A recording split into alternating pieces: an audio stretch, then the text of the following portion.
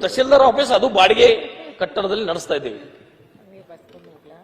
Tahsildar office ಬಾಡಿಗೆ ಕಟ್ಟಡದಲ್ಲಿ ನಡೆಸ್ತಾರೆ. ಇನ್ನೂ ಎಲ್ಲಾ ಕಚೇರಿಗಳು ಬರುವ ಯಾವಾಗ, ಆ ತಾಲೂಕಾ ಡೆವಲಪ್ ಆಗುದು ಯಾವಾಗ, ಅಲ್ಲಿ ಎಲ್ಲಾ ಕಚೇರಿಗಳು ಯಾವಾಗ ಇವು ಸಹಿತ ನಾವು ಅಥಣಿಯಲ್ಲೇ ಹೋಗ್ತೇವೆ ನಾವು. ಈಗ ಏನಾಗಿದೆ ಅಧ್ಯಕ್ಷರೇ, ಪ್ರಜಾಸೌಧವನ್ನು ಕೊಟ್ರ ನಮ್ಮ ಕಂದಾಯ ಸಚಿವರು. ನನಗೂ ಪ್ರಜಾಸೌಧ ಕಟ್ಟಡ 8,60,00,000 ಅಧ್ಯಕ್ಷರೇ, 8,60,00,000 ಪ್ರಜಾಸೌಧ ಕಾಗವಾಡಕ್ಕೆ ಕಟ್ಟಡಕ್ಕೆ ಕೊಟ್ಟಿದ್ದೀವಿ ಅನ್ನುವಂತ ಆರ್ಡರ್ ಅನ್ನ ಈ ಹೋದ ವರ್ಷ 1 ವರ್ಷ ಆಯ್ತು ಸರ್. ಇನ್ನೂವರೆಗೆ ಅದ್ರ ಬಗ್ಗೆ ಏನು ಕ್ಯಾರೇ ಇಲ್ಲ.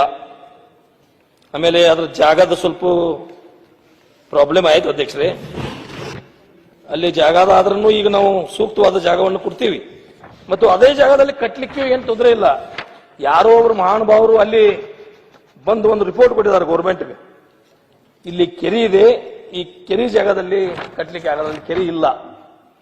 ಮಳೆಗಾಲದಲ್ಲಿ ಬಂದು ಸ್ವಲ್ಪ ನೀರು ನಿಲ್ತಿದ್ದು, ಅದಕ್ಕೆ ಅವ್ರು ಕೆರೆ ಅಂತೇಳಿ ನಮ್ಮ ಅಧಿಕಾರಿಗಳು ಸರ್ ಕೆರೆ ಇದೆ ಕಟ್ಲಕ್ಕೆ ಬರೋದಲ್ಲ. ನಾನಲ್ಲಿ ಇವತ್ತು ಅದ್ವಿ ಆತ್ಮವಿಶ್ವಾಸದಿಂದ ಹೇಳ್ತೇನೆ, ಅಲ್ಲಿ ಬಿಲ್ಡಿಂಗ್ ಕಟ್ಟಿದ್ದಾದ್ರೆ ಅದಕ್ಕೆ ಏನಾದರೂ ಧಕ್ಕೆ ಆದ್ರೆ ನನ್ನ ಆಸ್ತಿ ಮಾರಿ ಅದಕ್ಕೆ ನಾ ಎಲ್ಲ ದುಡ್ಡನ್ನು ಕೊಡ್ಲಿಕ್ಕೆ ರೆಡಿ ಇದ್ದೇನೆ ಅಧ್ಯಕ್ಷ. ಏನಿದು ವ್ಯವಸ್ಥೆ ಅಲ್ಲಿ ಬರ್ಬೇಕು. ಮತ್ತು ಹೋದ ಬೆಂಗಳೂರಲ್ಲಿ ಅಧಿವೇಶನದಲ್ಲಿ ನಮ್ಮ ಕಂದಾಯ ಸಚಿವರು ಆ ಸಾಯಿಲ್ ಟೆಸ್ಟ್ ಮಾಡಿ ರಿಪೋರ್ಟ್ ಕೊಡಿ, ಆಮೇಲೆ ನಿಮಗೆ ಕೊಡ್ತೇನೆ ಅಂತೇಳಿ ಜಿಲ್ಲಾಧಿಕಾರಿಗೆ ಒಂದು ಆರ್ಡರ್ ಮಾಡಿರ ಅಧ್ಯಕ್ಷರೇ. ಇನ್ನೂವರೆಗೆ ಅದರದ ರಿಪೋರ್ಟ್ ಕೊಟ್ಟಿಲ್ಲ. ಬೆಳಗಾವಿ ಅಧಿವೇಶನ ಆಗಿ 8 ದಿವಸ ಆಯ್ತ್ರಿ, ಆಗಸ್ಟ್ದಾಗ ಆಗಿರ್ಬೇಕು. ಐ ಥಿಂಕ್ ಆಗಸ್ಟ್ದಲ್ಲಿ ಆಗಿದೆ, ಆಗಸ್ಟ್ 11ನೇ ತಾರೀಕು ಆಗಿದೆಯಲ್ಲ. ಅಲ್ಲ ಅಲ್ಲಿ ಬೆಂಗಳೂರಲ್ಲಿ ಇಲ್ಲ, ಬೆಂಗಳೂರಲ್ಲಿ ಆಗಿದೆ. ಅವಾಗ ಕೊಟ್ಟಂತ ಇನ್ನೂವರೆಗೆ ಟೆಸ್ಟ್ ಆಗಿಲ್ಲ, ಇನ್ನೂವರೆಗೆ ಅದ್ರ ರಿಪೋರ್ಟ್ ಏನಿಲ್ಲ. ಆಮೇಲೆ ನಾನು ಮಂತ್ರಿ ಹತ್ರ ಕೇಳಿ, ಸರ್ ಒಂದ್ ಸ್ವಲ್ಪ ಅಲ್ಲಿ ಫೌಂಡೇಶನ್ ಹಾಕ್ಲಿಕ್ಕೆ ಸ್ವಲ್ಪ ಹೆಚ್ಚು ದುಡ್ಡು ಬೇಕಾದ್ರೆ ಕೊಡಿ, ಏನ್ ತೊಂದರೆ ಆಗ್ತಿದೆ? ಇಲ್ಲ ಇಲ್ಲ, ಇಡೀ ರಾಜ್ಯದಲ್ಲಿ ನಾವು 8 ಜಾಗ 11 ಜಾಗದಾಗ ನಾವು ಪ್ರಜಾಸೌಧವನ್ನು ಕೊಟ್ಟಿದ್ದೇವೆ. ಎಲ್ಲದಕ್ಕೂ 8,60,00,000 ಕೊಟ್ಟಿದ್ದೇವೆ. ನಿಮಗೆ ಒಬ್ಬರಿಗೆ ಹೆಚ್ಚು ಕೊಟ್ಟಿದ್ದಾದ್ರೆ ಅದು ತೊಂದರೆ ಆಗ್ತೈತಿ, ಎಲ್ಲರಿಗೂ ಕೊಡ್ಬೇಕಾಗ್ತೈತಿ, ಕೊಡ್ಲಿಕ್ಕೆ ಆಗೋದಲ್ಲ. 20% ಹೆಚ್ಚಿಗೆ ಬೇಕಂತೇಳಿ ಅಲ್ಲಿ ಏನೋ ಇಂಜಿನಿಯರ್ಗಳು ಹೇಳಿದ್ರು. ನಿಮ್ಗೊಂದು ಪೈಸಾನೂ ಕೊಡ್ಲಿಕ್ಕೆ ಆಗೋದಲ್ಲ ಅಂತೇಳಿ ಅವಾಗ ಮಂತ್ರಿಗಳು ನನಗೆ ಹೇಳಿದ್ರು ಸರ್. ಇದೊಂದು ನಿಮ್ಗೆ ಕಳಿಸ್ಕೊಡ್ತೀನಿ ಸರ್. ಚಿಕ್ಕಮಗಳೂರು ಜಿಲ್ಲೆ ಕಡೂರು ತಾಲೂಕಿನಲ್ಲಿ ಹೊಸದಾಗಿ ತಾಲೂಕಾ ಪ್ರಜಾಸೌಧ ಕಟ್ಟಡವನ್ನು ರೂಪಾಯಿ 16 ಕೋಟಿಗಳ ಅಂದಾಜು ಮೊತ್ತಕ್ಕೆ ನಿರ್ಮಿಸಲು ಆಡಳಿತಾತ್ಮಕ ಮನೋಧನವನ್ನು ಕೊಡಲಾಯಿತು. ಅಣ್ಣ ಡೇಟ್ 25/9/25 ಕ್ಯಾಬಿನೆಟ್ ಮೀಟಿಂಗ್ದಲ್ಲಿ ಕಡೂರು ತಾಲೂಕದಲ್ಲಿ ಕೊಡ್ಲಿಕ್ಕೆ 16 ಕೋಟಿ ಕೊಡ್ಲಿಕ್ಕೆ ಬರ್ತಿದೆ. ಯಾಕೆ ನಮ್ಮಲ್ಲಿ ಕಾಗವಾಡ ತಾಲೂಕದಲ್ಲಿ ಒಂದು 20% ಹೆಚ್ಚಿಗೆ ಮಾಡ್ಲಿಕ್ಕೆ ಕೊಡಕ್ಕೆ ಬರೋದಲ್ಲ ಅಧ್ಯಕ್ಷರೇ? ಏನು ವ್ಯವಸ್ಥೆ ಇದೆ ನನಗೆ ಅರ್ಥ ಆಗ್ತಾ ಇಲ್ಲ. ಇಲ್ಲ ನಾನು ಅಲ್ಲಲ್ಲ, ನೀವೆಲ್ಲ ಟೈರ್ ಭಾಷೆ ಬೇಡ್ರಪ್ಪ. ಮತ್ ನಾನು ಏನು ಬರ್ತಾರಲ್ಲಿ ಸರ್ಕಾರದ ವಿರುದ್ಧ ರಾಜಕೀಯ ಮಾತಾಡಿದ್ರೆ ಬರ್ತಾರ, ಟಿವಿ ಬರ್ತೈತೆ ಅದು. ನಾನು ಸರ್ಕಾರ ವಿರೋಧ ಪರವಾಗಿಲ್ಲ ಅಧ್ಯಕ್ಷರೇ. ನನ್ ತೊಂದರೆ ಆದದ್ದು ಏನ್ ಸಮಸ್ಯೆ ಇದೆ ಅದನ್ನ ಮಾತಾಡ್ತಾ ಇದ್ದೀನಿ. ನೀವ್ ಯಾಕೆ ಟಾಳಿ ಬರ್ಸ್ತಾರೆ ಅಂತ ಸುಮ್ಕೊಂಡ್ರಲ್ಲ. ನೀವು ಧೈರ್ಯವಾಗಿ ಮಾತಾಡ್ತಿದ್ದೀರಲ್ಲ, ಅದಕ್ಕೆ ನಾವು ಅಪ್ರಿಶಿಯೇಟ್ ಮಾಡ್ತಾ ಇದ್ದೀವಿ. ನಿಮ್ಗೆ ಆ ಸಮಸ್ಯೆ, ನಮ್ಮ ಪರಿಸ್ಥಿತಿ ಏನಾಗ್ತದೆ? ವಿರೋಧ ಪಕ್ಷದವರಿಗೆ ವಿರೋಧ ಮಾಡ್ಲಿಕ್ಕೆ ಯಾವ್ದು ಸಬ್ಜೆಕ್ಟ್ ಸಿಕ್ಕಿಲ್ಲ. ನೀವು ಸತ್ಯ ಮಾತಾಡ್ತಾ ಇದ್ದೀರಿ, ಮಾತಾಡಿ. ಕಾಂಗ್ರೆಸ್ ಮುಂದೆ ಅಧ್ಯಕ್ಷರೇ ನಮಸ್ಕಾರ. ಸದಾನಂದ ಬಾಮ್ನಿ ಯೂಟ್ಯೂಬ್ ವಾಹಿನಿಗೆ ಸ್ವಾಗತ. ಮತ್ತೆ ಕಬ್ಬಿನ ದರದ ಬಗ್ಗೆ ಹೋರಾಟ ಪ್ರಾರಂಭ ಆಗಿದೆ ಅಂತ ಹೇಳ್ಬೋದು. ಶಶಿಕಾಂತ್ ಜೋರಿಜಿ ಮತ್ತು ಚಿನ್ನಪ್ಪ ಪೂಜಾರಿ ಅವ್ರು ಏನಂತಾರೆ, ಪ್ರತಿ ಟನ್ನಿಗೆ 3,500 ರೂಪಾಯಿ ಕೊಡಬೇಕು ಮತ್ತು ಕೇಂದ್ರ ಸರ್ಕಾರ ಮತ್ತು ರಾಜ್ಯ ಸರ್ಕಾರ ಇಬ್ಬರು ಕೂಡಿ ತಲಾ 1,100 ಕೊಡಬೇಕು. ಅಂದರೆ ಇದು ಬೇಡಿಕೆ ಈಡೇರ್ತದ, ಕಾದು ನೋಡಬೇಕು. ಯಾಕಂದ್ರೆ ನಾವು ಹೇಳಿದ್ದು, ನಾವು ಚಿನ್ನಪ್ಪ ಪೂಜಾರಿ ಅವರೇ 2 ದಿವಸ ನೀವು ಲೇಟ್ ಮಾಡಿದರೆ ಗುರ್ಲಾಪುರ ಹೋರಾಟದಲ್ಲಿ 3,500 ರೂಪಾಯಿ ಆಗೇ ಆಗ್ತಿತ್ತು. ಈಗ ಜ್ಞಾನೋದಯ ಆಗಿದೆ. ಅದು ಕೂಡ ಇವರಿಬ್ಬರು ಕೂಡ 5,500 ರೂಪಾಯಿ ಪ್ರತಿ ಟನ್ನಿಗೆ ಕೊಡಬೇಕಂತ ಬೇಡಿಕೆ ನೀಡಿದ್ದಾರೆ. ಇದು ಸಮಂಜಸುವಂಥ ಬೇಡಿಕೆ. ಇದರ ಬಗ್ಗೆ ಸಾಕಷ್ಟು ವಿಡಿಯೋಗಳನ್ನು ಮಾಡಿದೆ, ಸರ್ಕಾರವನ್ನು ಕೂಡ ಎಚ್ಚರಿಸಿದ್ದೇವೆ. ಶಿವಾನಂದ ಪಾಟೀಲ್ ಅವರು ಸೌಮ್ಯವಾಗಿ ಮನವಿಯನ್ನು ಸ್ವೀಕರಿಸಿ ಮಾತಾಡಿದರು. ಅದರ ಇಲ್ಲಿ ಅವರು ಭಾಳ ಮುತುವರ್ಜಿ ವಹಿಸಿ ಮಾತಾಡಿದರು. ಚಿನ್ನಪ್ಪ ಪೂಜಾರಿ ಅವರು ರೈತ ಸಂಘಟನೆಯನ್ನು ಮತ್ತಷ್ಟು ಬಲಪಡಿಸುವಂಥ ಒಂದು ದೃಷ್ಟಿಯಿಂದ ಈ ಮಾತನ್ನು ಆಡಿರ್ಬೋದು. ಆದರೆ ಸಕ್ಕರೆ ಮಾಲೀಕರು ಇದನ್ನು ಮಾತನ್ನು ಕೇಳ್ತಾರ? ಯಾಕಂದರೆ ಸರ್ಕಾರಕ್ಕಿಂತ ಈ ಮಾಲೀಕರೇ ದೊಡ್ಡ ಪ್ರಮಾಣದಲ್ಲಿ ಬೆಳೆದಿದ್ದಾರೆ. ಯಾಕಂದರೆ ತೂಕದ ಯಂತ್ರಗಳನ್ನು ಕೂಡಿಸಿಲ್ಲ ಅವರು. 69 ಪ್ರೈವೇಟ್ ಸಕ್ಕರೆ ಕಾರ್ಖಾನೆಗಳು, ಅವರು ಡಿಜಿಟಲ್ ಯಂತ್ರವನ್ನು ಕೂಡಿಸಿಲ್ಲ, ತೂಕದ ಯಂತ್ರವನ್ನು ಕೂಡಿಸಿಲ್ಲ. ಹೀಗಾಗಿ ಅಲ್ಲಿ ದೊಡ್ಡ ಪ್ರಮಾಣದಲ್ಲಿ ಮೋಸ ಮಾಡ್ತಾರೆ. ಪ್ರತಿಯೊಬ್ಬರು ಸಕ್ಕರೆ ಫ್ಯಾಕ್ಟ್ರಿ ಅವರು 80 ಲಕ್ಷ ರೂಪಾಯಿ ಪ್ರತಿ ವರ್ಷ ಹೊಡಿತಾ ಇದ್ದಾರೆ ತೂಕದಲ್ಲಿ ಮೋಸ ಮಾಡಿ. ಇದು ಯಾವಾಗ ಅರ್ಥ ಆಗೋದು ರೈತರಿಗೆ ಮತ್ತು ರೈತ ಮುಖಂಡರಿಗೆ? ಇದರ ಬಗ್ಗೆ ಹೆಚ್ಚು ಒತ್ತನ್ನು ಕೊಡಬೇಕಾಗಿತ್ತು. ಮತ್ತು ಮುಖ್ಯಮಂತ್ರಿಗಳು ಬೇಗನೆ ಮೀಟಿಂಗನ್ನು PM ಜೊತೆ ಮಾತಾಡ್ಬೇಕಂತ ಯತ್ನಾಳ್ ಅವರು ಕೂಡ ಮಾತಾಡಿದರು. ಇನ್ನು ಮುಖ್ಯಮಂತ್ರಿಗಳ ಏನು ಹೆಲಿಕಾಪ್ಟರ್ ಖರ್ಚು 47 ಕೋಟಿ 2.5 ವರ್ಷದಲ್ಲಿ ಖರ್ಚಾಗಿದೆ. ಇದು ಕೂಡ ದೊಡ್ಡ ಪ್ರಮಾಣದಲ್ಲಿ ಚರ್ಚೆ ಆಗಬೇಕಾಯಿತು. ಇದು ಚರ್ಚೆ ಆಗಿಲ್ಲ. ಆದರೆ ಚರ್ಚೆ ಆಗುತ್ತಿರೋದು ಯಾವುದು? ಕುರ್ಚಿ ಜಗಳ, CM ಜಗಳ ಎಂದಿಗೂ ನಿಂತಿಲ್ಲ. ಹೈಕಮಾಂಡ್ ಇಲ್ಲಿ ಮಧ್ಯಪ್ರವೇಶ ಮಾಡಬೇಕಾಗಿತ್ತು. ಯತೀಂದ್ರ ಹೇಳ್ತಾರೆ 5 ವರ್ಷ CM ಸಿದ್ದರಾಮಯ್ಯ ಅವರೇ ಇರ್ತಾರೆ. ನಂತರ ಜಮೀರ್ ಅಹ್ಮದ್ ಖಾನ್ ಅದನ್ನು ಹೇಳ್ತಾರೆ. ಇವರಿಗೆ ಅಧಿಕಾರವನ್ನು ಕೊಟ್ಟವ್ರು ಯಾರು ಅಂದ್ರೆ ಇವರೇ ಹೈಕಮಾಂಡ್ ಇದ್ದಂಗೆ ಆಯ್ತು. ಆದರೆ ಮುಖ್ಯಮಂತ್ರಿಗಳು ಬೆಳಿಗ್ಗೆ ಒಂದು ಹೇಳ್ತಾರೆ, ಸಂಜೆ ಹೊತ್ತು ಒಂದು ಹೇಳ್ತಾರೆ ಹೈಕಮಾಂಡ್ ನಿರ್ಧಾರಕ್ಕೆ ನಾವು ಬದ್ಧ ಅಂತೇಳಿ. ಅಂದರೆ ಕುರ್ಚಿ ಜಗಳ ಇಂದು ಕೂಡ ನಿಂತಿಲ್ಲ. ಇನ್ನು ಹೊರಗಡೆ ಅನೇಕ ಪ್ರತಿಭಟನಾ ರ್ಯಾಲಿಗಳು ಕೂಡ ನಡೆದವು. ಅವರು ತಮ್ಮ ತಮ್ಮ ಬೇಡಿಕೆ ಈಡೇರಿಸಿದರು. ಸಾಮಾಜಿಕ ಅರಣ್ಯ ಅಂದರೆ ಡೀಮ್ಡ್ ಅರಣ್ಯ ಪ್ರದೇಶ ಪುನರ್ ಪರಿಶೀಲನೆ ಮಾಡಬೇಕು. ನಂತರ ಸಾಮಾಜಿಕ ಭದ್ರತಾ ಯೋಜನೆ ದುರ್ಬಳಕೆ 24 ಲಕ್ಷ ಅಕ್ರಮ ಫಲಾನುಭವಿಗಳಿದ್ದಾರೆ. 24 ಲಕ್ಷ ಯಾರು? ಸಾಮಾಜಿಕ ಭದ್ರತಾ ಯೋಜನೆಯಲ್ಲಿ. ಇದಕ್ಕೆ ತಹಶೀಲ್ದಾರ ಕಾರಣ, ನಂತರ ಆಯಾ ಊರಿನ ಗ್ರಾಮ ಪಂಚಾಯತಿ ಅಧ್ಯಕ್ಷರು ಕಾರಣ, ಸಂಬಂಧಪಟ್ಟಂಥ ಎಲ್ಲ ಅಧಿಕಾರಿಗಳ ಕಾರಣ. ಇವ್ರನ್ನ ಯಾವಾಗ ಸಸ್ಪೆಂಡ್ ಮಾಡೋರು? 24 ಲಕ್ಷ ಅಂದರೆ ಭಾಳ ಸಣ್ಣ ಸಂಖ್ಯೆ ಅಲ್ಲ. ಇದು ಕೂಡ ದೊಡ್ಡ ಪ್ರಮಾಣದಲ್ಲಿ ಚರ್ಚೆ ಆಗಬೇಕಾಯಿತು. ಅದು ಅಲ್ಲದೆ ದೇವದಾಸಿಯರ ಬಗ್ಗೆ ಸರ್ಕಾರ ಗಮನ ಹರಿಸಬೇಕೆಂದ ಬೇಡಿಕೆಯನ್ನು ಕೂಡ ಇಡಲಾಯಿತು. ನನ್ನ ದ್ವೇಷ ಭಾಷಣಕ್ಕೆ ಚರ್ಚೆ ಕೂಡ ನಡೀತು. ಇನ್ನು ತಜ್ಞ ವೈದ್ಯರು, ನರ್ಸ, ಫಾರ್ಮಸಿಸ್ಟ್ ಹುದ್ದೆಗಳನ್ನು ಭರ್ತಿ ಮಾಡಬೇಕಂತೇಳಿ ಒಂದು ಬೇಡಿಕೆಯನ್ನು ಇಟ್ಟರು. ಮತ್ತು ಕೆಲವು ಕಡೆ ಮಾನ್ಯ ಸಭಾಧ್ಯಕ್ಷರೇ ಇವರೆಲ್ಲ ಕೆಲಸ ಮಾಡ್ತಾ ಇದ್ದಾರೆ. 2.5-3 ಲಕ್ಷ ಸಂಬಳ ತಗೊಳ್ತಾ ಇದ್ದಾರೆ. 5 ಹೆರಿಗೆ ತಿಂಗಳಿಗೆ, 3 ಹೆರಿಗೆ ತಿಂಗಳಿಗೆ, ಕೆಲವು ಕಡೆ ಶೂನ್ಯ ಇದೆ. ನಾವು ಸಂಬಳ ಕೊಡ್ತಾ ಇದ್ದೀವಿ 3 ಲಕ್ಷ, ಅವ್ರ ಕೆಲಸನೂ ಇಲ್ಲ, ಪ್ರೈವೇಟ್ ಪ್ರಾಕ್ಟೀಸ್ಗೆ ಹೋಗ್ತಾರೆ. ಮತ್ತೆ ನಾವು ಅವ್ರಿಗೆ ಇಷ್ಟೆಲ್ಲ ಕೊಟ್ಕೊಂಡು ಏನು ಪ್ರಯೋಜನ? ನಮ್ಗೊಂದು ಖುಷಿ ಇದ್ರೆ ನಮ್ಮ ಊರಲ್ಲಿ ಡಾಕ್ಟರ್ ಇದ್ದಾರೆ ಅಂತ ಅಷ್ಟೇ ಖುಷಿ ಇದ್ರೆ ಓಕೆ. ಬಟ್ ನಮ್ಗೇನು ಅವರು ಪೂರ್ತಿ ಉಪಯೋಗ ನಮ್ಮ ವ್ಯವಸ್ಥೆಗೆ ಆಗ್ಬೇಕು ತಾನೆ. ಈಗ ಒಬ್ಬ ಗೈನಕಾಲಜಿಸ್ಟ್ ಇದ್ಬಿಟ್ಟು ಅನೆಸ್ಥೆಸಿಸ್ಟ್ ಇಲ್ಲದೆ ಹೋದ್ರೆ ಆ ಗೈನಕಾಲಜಿಸ್ಟ್ ಏನ್ ಜಾಸ್ತಿ ಕೆಲಸ ಇರೋದಿಲ್ಲ. ಸೊ ಈ ಕಾರಣದಿಂದ ಆ 3 ಜನನೂ ಇರಬೇಕು. ಕೆಲವು ಗ್ರಾಮಾಂತರ ಪ್ರದೇಶಗಳಲ್ಲಿ ದೂರ ಇರುವಂತ ಪ್ರದೇಶಗಳಲ್ಲಿ ನಾವು ಅಲ್ಲಿ ಇದನ್ನು ಪೋಸ್ಟ್ ಇದ್ರೂ ಕೂಡ ಅಲ್ಲಿ ಕೆಲಸ ಮಾಡಕ್ ಬರೋದಿಲ್ಲ, ಕಾಂಟ್ರಾಕ್ಟ್ ಕರೆದ್ರು ಕೂಡ ಬರೋದಿಲ್ಲ. ಸೊ ಈ ಪರಿಸ್ಥಿತಿಗಳಿದೆ. ಸೊ ಇದೆಲ್ಲ ನೋಡ್ಕೊಂಡು ನಾವು ಇದೊಂದು ಪ್ರಯತ್ನ ಮಾಡ್ತೀವಿ. ಅದನ್ನೇನಾದ್ರೂ ಹೆಚ್ಚು ಕಡಿಮೆ ಆದ್ರೆ ನಾವು ಅದನ್ನ ಬದಲಿಸೋದಕ್ಕೂ ಕೂಡ ನಾವು ತಯಾರಾಗಿದ್ದೇವೆ. ನಾವೇನು ಹಠ ಹಿಡಿದು ಏನು ಮಾಡ್ತಾ ಇಲ್ಲ ಸುನಿಲ್ ಅವರೇ. ನಮ್ಮ ಒಂದು ಪ್ರಯತ್ನ ಸುಧಾರಣೆ ಮಾಡಿದಾಗ ಹೋದಾಗ ಏನಾಗ್ತದೆ, ಕೆಲವು ಸಮಸ್ಯೆಗಳು ಉದ್ಭವ ಆಗ್ತದೆ. ಆ ಸಮಸ್ಯೆಗಳನ್ನ ಹೇಗೆ ಬಗೆಹರಿಸ್ಕೋಬೇಕು ಅಂತ ಕೂಡ ನಾವು ಅದಕ್ಕೆ ಮುಕ್ತವಾಗಿ ಅದನ್ನ ಒಂದು ಸಮಾಲೋಚನೆ ಮುಖಾಂತರ ತೀರ್ಮಾನ ಮಾಡೋಣ. ಮಾನ್ಯ ಸಭಾಧ್ಯಕ್ಷರೇ, ಈಗ ನಾವು ಮುಕ್ತವಾಗಿದ್ದೇವೆ. ನಮ್ಗೆ ಏನಂತ ಹೇಳಿದ್ರೆ ಅಂತಿಮವಾಗಿ ಜನರಿಗೆ ಒಳ್ಳೆ ಸೇವೆ ಸಿಗಬೇಕು. ಅದು ನಮ್ಮ ಮುಖ್ಯ ಗುರಿ ಆಗ್ಬೇಕು, ಆಯ್ತಾ.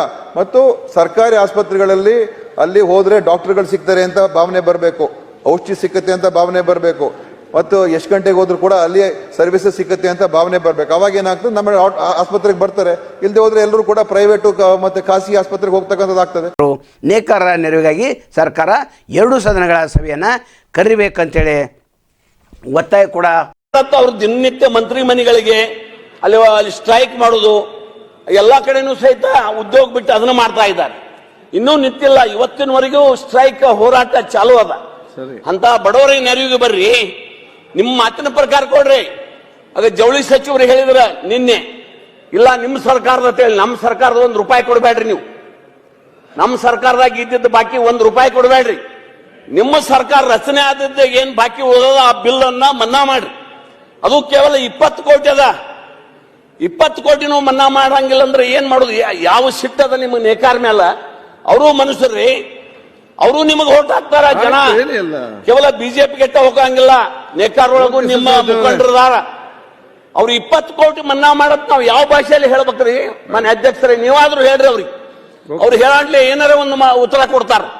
ನಿಮಗ ನೇಕಾರದ ಮಾಹಿತಿ ಆಯ್ತಿಲ್ಲ ಗೊತ್ತಿಲ್ಲ, ಹೋಗಿ ಅವ್ರ ಕಾಲನೇ ಆಗಿದ್ದು ಬರ್ರಿ, ಏನ್ ಪರಿಸ್ಥಿತಿ ಕೇಳ್ಕೊಂಡು ಬರ್ರಿ. ಅದನ್ನೇನೂ ಮಾಡ್ತಾ ಇಲ್ಲ ಸರ್ಕಾರ.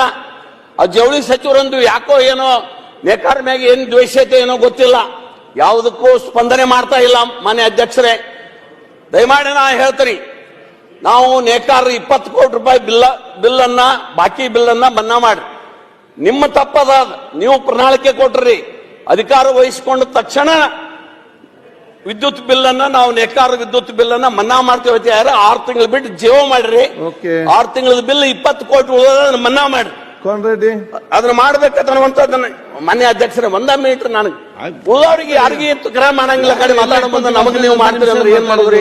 ಎಲ್ಲ ಮಾತಾಡ್ಬೇಕಲ್ಲ, ಒಂದು 5 ಮಿನಿಟ್, ಇನ್ನೊಂದು 5 ಮಿನಿಟ್ ಎಲ್ಲ ಸದಸ್ಯರು ಮಾತಾಡ್ಬೇಕಲ್ಲ, ಕಾಲಿಂಗ್ ಅಟೆನ್ಷನ್ ತಗೊಳ್ಬೇಕು. ಇನ್ನೊಂದು 5 ಮಿನಿಟ್ ಮಾನ್ಯರೇ, ಸಾಕಷ್ಟು ಮಾತಾಡ್ಯಾರ, ನಾ ಏನು 5 ಮಿನಿಟ್ ಒಳಗ ಮತ್ತು ಮುಗಿಸ್ತೇನೆ.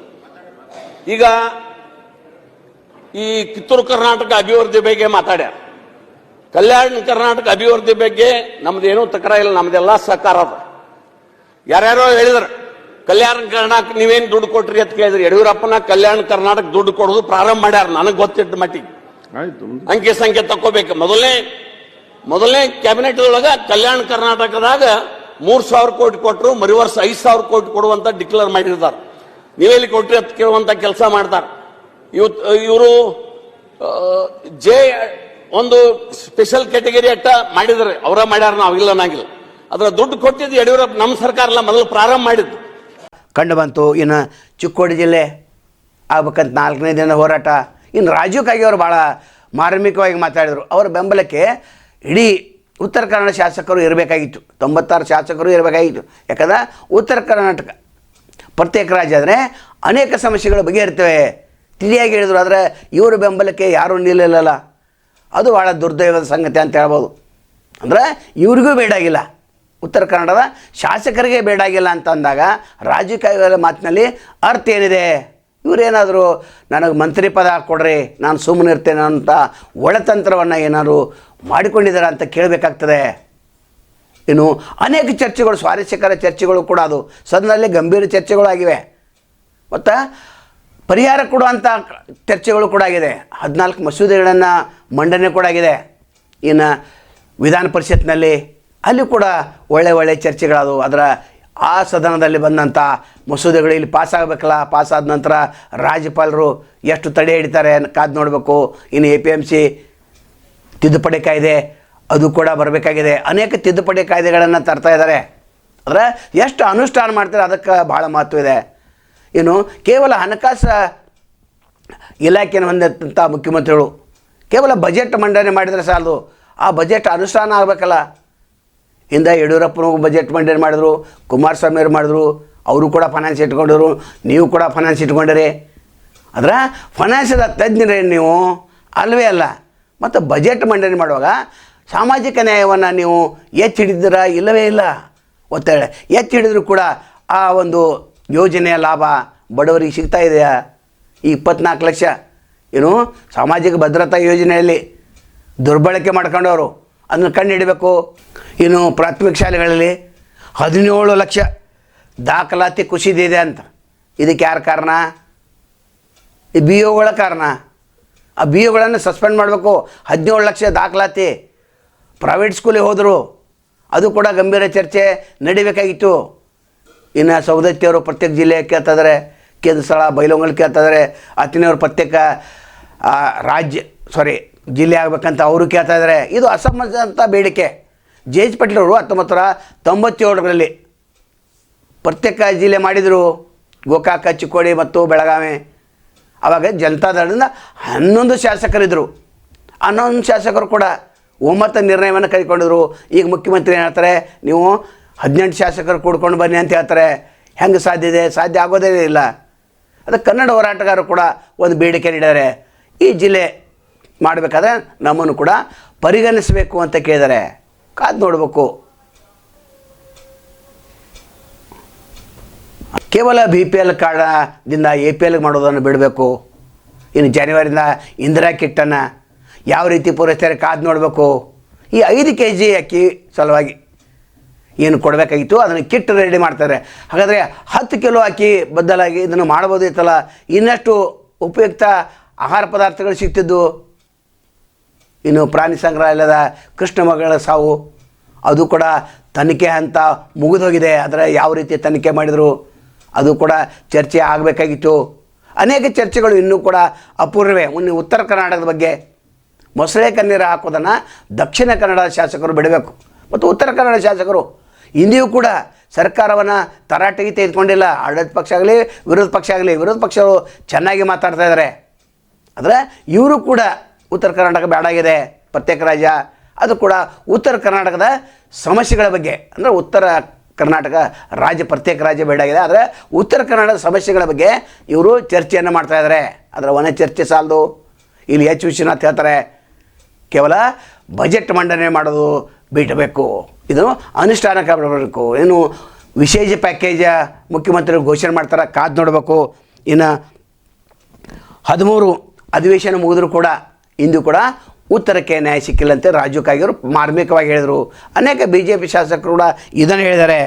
ಇನ್ನು ಎತ್ತಾಳ್ ಅವರು ಬೇಗನೆ PM ಮೀಟಿಂಗ್ ಮಾಡಬೇಕಂತ ಹೇಳಿದರು. ಇನ್ನು CM ಕುರ್ಚಿ CM ಅವರು ಏನು ಹೇಳಿದ್ರು ಅಂದರೆ ಖಾಲಿ ಹುದ್ದೆ ಇರ್ತಕ್ಕಂಥ ಹುದ್ದೆಗಳು ಉತ್ತರ ಕನ್ನಡದ ಎಷ್ಟು ಖಾಲಿ ಹುದ್ದೆಗಳೇ ಅದನ್ನು ಹಂತ ಹಂತವಾಗಿ ನಾವು ಈಡೇರಿಸ್ತೇವೆ ಅಂತ ಹೇಳಿದಾಗ ವಿರೋಧ ಪಕ್ಷಗಳು ತರಾಟೆ ತೆಗೆದುಕೊಂಡ್ರು. ಯಾಕಂದರೆ ಪ್ರತಿ ಸಲ ನೀವು ಹಣಕಾಸಿನ ಒಂದು ಯೋಚನೆಯನ್ನು ಇಟ್ಕೊಂಡು ನೀವು ಮಾತಾಡ್ತಾ ಇದ್ದೀರಾ, ನೀವೇ ಫೈನಾನ್ಸ್ ಮಿನಿಸ್ಟರ್. ಅವಾಗಿಲ್ಲಪ್ಪ, ನಾನು ಹಂತ ಹಂತವಾಗಿ ಈ ಹುದ್ದೆಗಳನ್ನು ತುಂಬುವಂಥ ಪ್ರಯತ್ನವನ್ನು ಹಣಕಾಸಿನ ಇಲಾಖೆಯಿಂದ ಕೇಳ್ಕೊಂಡು ಮಾಡ್ತೀನಿ ಅಂತ ಹೇಳಿದರು. ಆದರೆ ಹಣಕಾಸಿನ ಇಟ್ಕೊಂಡವರಾರು ಮುಖ್ಯಮಂತ್ರಿಗಳೇ, ಇವರಿಗೆ ಗೊತ್ತಾಗಲಿಲ್ಲ. ಅಂದರೆ ಇಂಥ ಮುಖ್ಯಮಂತ್ರಿಗಳು ಇದ್ದಾರೆ ಮತ್ತು ಅಹಿಂದ ನಾಯಕರು ಇವರು ಕೈಯಲ್ಲಿ ದೊಡ್ಡ ಪ್ರಮಾಣದಲ್ಲಿ ಗಡಿಯಾರ 47 ಕೋಟಿ 2.5 ವರ್ಷದಲ್ಲಿ ಹೆಲಿಕಾಪ್ಟರ್ಗಾಯಿತು. ಇನ್ನು ಔತಣ ಕೂಟಕ್ಕೆ ಎಷ್ಟು ಖರ್ಚು ಮಾಡಿದರೆ ಅದು ಕೂಡ ತನಿಖೆ ಆಗಬೇಕಾಗ್ತದೆ. ಒಟ್ಟಾರೆ ಅಹಿಂದ ನಾಯಕರು ಮೊದಲು ಅಹಿಂದ ಅನ್ನೋದು ಶಬ್ದವನ್ನು ಬಿಡಬೇಕು, ಇದು ಕೂಡ ಚರ್ಚೆ ಆಗಬೇಕಾಗಿತ್ತು. ದುರ್ದೈವ ಸಂಗತಿ ಉತ್ತರ ಕನ್ನಡದ ಬಗ್ಗೆ ಅನೇಕ ಚರ್ಚೆಗಳು ಇಂದಿಗೂ ಕೂಡ ಅಪೂರ್ಣವಿವೆ. ಇವತ್ತೇನಾಗ್ತೈತೆ ಕಾದು ನೋಡಬೇಕು. ನಾಳೆ ಮತ್ತೊಂದು ತಮ್ಮನ್ನು ಭೇಟಿಯಾಗ್ತೇವೆ. ಅಲ್ಲಿವರೆಗೆ ಎಲ್ಲಿ ಶುಭಾಗಲಿ. ನಮಸ್ಕಾರ.